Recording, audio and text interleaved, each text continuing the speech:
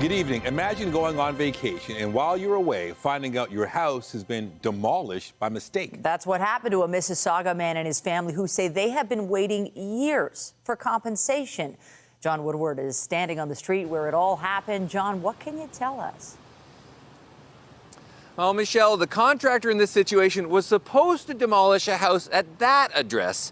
Instead, what happened is they demolished a house at this address across the street.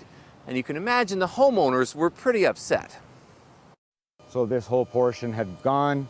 This is the lot where Angelo Wrightson's house used to be. It was just complete and utter shock, to say the least. A shock when he was on vacation with his family and got this picture through a text from his neighbor. His house halfway to rubble. I couldn't believe my eyes. His pictures and videos show what the house was like in 2018 before and after. It became an open house well after it was listed for sale. I have a family, 3 children, so I think it's quite unfair to them and to my wife, who cries on a daily basis over this situation. He sued Como Trucking and Excavation and others for $1.5 million, alleging instead of demolishing the building property located at 24 Theodore Drive, Mississauga, the defendants demolished or partially demolished beyond repair the building owned by the plaintiffs at 28 Theodore Drive. The dispute stuck in court since then. The bigger shock, I would say, is that it's been 7.5 years. CTV News got in touch with Kevin Como, who admitted a worker dropped the excavator off at the wrong house.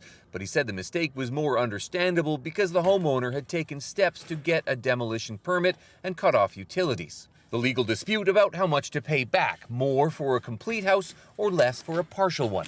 The contractor's insurance company, Intact, telling CTV News, our team continues to be engaged in discussions and has made a number of attempts to reach a reasonable resolution.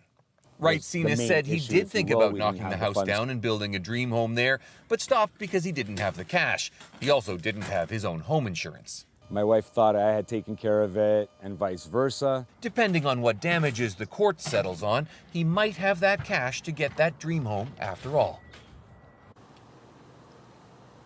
Now, you won't believe this, but we found out in just the past hour or so that lawsuit has settled. The trial that was supposed to go ahead on Monday won't, and some money has changed hands. How much, we don't know, but we do know that there may be construction on this property soon and a house once again. Reporting live from Mississauga, I'm Jon Woodward. Michelle, back to you. That's quite the development. Thank you, Jon.